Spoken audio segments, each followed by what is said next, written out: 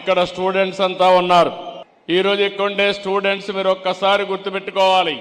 ఒకప్పుడు మనం చదువుకుంటే ఉద్యోగాలు వచ్చేటివి కాదు. అదే సమయంలో ఈ రోజు మీరు చూస్తే ఒకప్పుడు నేను ఇంటింటికి చెప్పేవాడిని, పేరెంట్స్ చెప్పేవాడిని, మీ పిల్లలకు ఎంత ఆస్తి ఇస్తారనేది ముఖ్యం కాదు, మీ పిల్లల్ని బాగా చదివించండి, ఐటీ చేయించండి, తద్వారా రాబోయే రోజుల్లో మీరిచ్చిన దానికంటే 100 రెట్లు ఆస్తి సంపాదించే తెలివితేటలు మన పిల్లలకు వస్తాయని నేను చెప్పాను. ఎన్నో సంవత్సరాలు కాలేదు, 25 ఏళ్లు.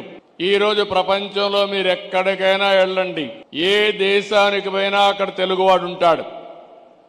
ఇంకో పక్క ప్రపంచంలో ఎక్కడైనా పాష్ లొకాలిటీ, మంచి డెవలప్ అయిన మంచి లొకాలిటీకి పోయి అక్కడ తెలుగులో ఒక గట్టిగా అరిస్తే చుట్టుపక్కల ఉండేందరూ గ్యాదర్ అయ్యే పరిస్థితి వస్తుంది. అది తెలుగుదేశం పార్టీ ఈరోజు ప్రపంచం మొత్తం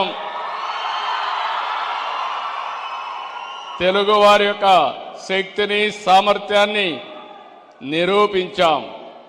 ఒక్క మాటలో చెప్పాలంటే ప్రపంచంలో ఈరోజు హైయెస్ట్ పర్ క్యాపిటా ఇన్కమ్ సంపాదించే వ్యక్తులు ఇండియన్స్ అయితే అందులో 35% తెలుగు వాళ్ళు ఉన్నారంటే అది మనం వేసిన ఫౌండేషన్ తప్ప ఇంకోటి కాదు. ఈరోజు నిన్న మొన్న కూడా నేను మాట్లాడాను, స్టూడెంట్స్ అంతా ఉన్నారు.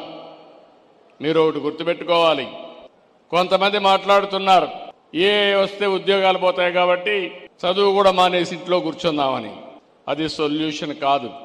నేను అందుకే ఒక మాట చెప్పాను, మనమందరం కూడా ఒక ఇన్స్పైరింగ్ టైంలో ఉన్నాం.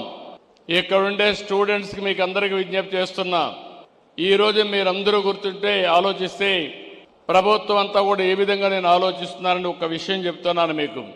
భారతదేశానికి ఆధార్ ఉంది. ప్రతి ఒక్క స్టూడెంట్ యొక్క ఆధార్ ద్వారా ప్రతి ఒక్క వ్యక్తి యొక్క ఐడెంటిటీ ఆటోమేటిక్గా చేస్తారు. రెండో పక్కన స్టూడెంట్స్ అయితే అభయ్ ఉంది. దీని ద్వారా చిన్న క్యారియర్ వరకు ట్రాక్ చేసే సిస్టమ్ వస్తుంది.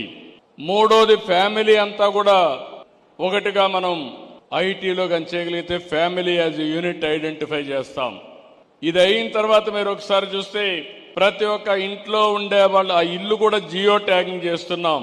రేపు ఏదైనా విపత్తు వస్తే నాకు ఎవ్వరూ చెప్పక్కర్లేదు, నేరుగా డ్రోన్ ద్వారా ఏ సహాయం పంపించాలన్నా వాళ్ళ ఇంటిపైకి నేను పంపించే అవకాశం వచ్చిందని చెప్పి కూడా నేను మీకు తెలియజేస్తున్నా.